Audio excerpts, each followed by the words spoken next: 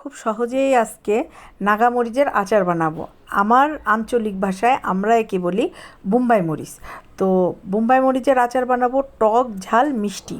তো মরিচের আচারটা খুব পছন্দ, কিন্তু বেশি ঝালের জন্য যারা খেতে পারেন না তাদের জন্য আজকের ভিডিওটা। তো প্রথমে আমি মরিচ নিয়ে নিলাম। এখানে লাল মরিচও আছে, সবুজ মরিচও আছে, আর আছে কাঁচা আম আর রসুনের কোয়া।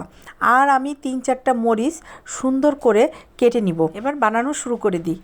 তো প্রথমে আমি কড়াইতে একটু সরিষার তেল দিয়ে দিছি, তার ভিতরে রসুনের কোয়াগুলো দিয়ে দিলাম, হালকা করে ভেজে নিতে হবে। তার ভিতরে হচ্ছে যে আম আমি কুচায় রাখছিলাম সেটা দিয়ে দিতে হবে। আম কিন্তু আমি খোসাসহ কুচায় রাখছিলাম, কারণ আমি ছোট ছোট আম দিছি। তো সেই আমগুলো আর রসুনটা হালকা করে ভেজে নিতে হবে। এবার আমি এক এক করে মশলা দিয়ে দেবো।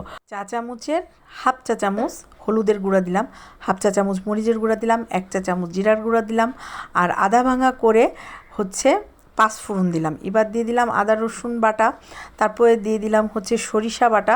এবার ওই যে বোম্বাই মরিচ কুচি করে রাখছিলাম সেটি দিয়ে দিলাম, আর পাকা তেঁতুল দিয়ে দিলাম। এবার হচ্ছে সব কিছু একসঙ্গে মিক্সড করার পরে সরিষার তেল দিলাম, একেবারে খাঁটি সরিষার তেল দিয়ে দিলাম 1 বাটি। তারপরে ভালোভাবে একটু কষাইতে হবে সব মশলাগুলা।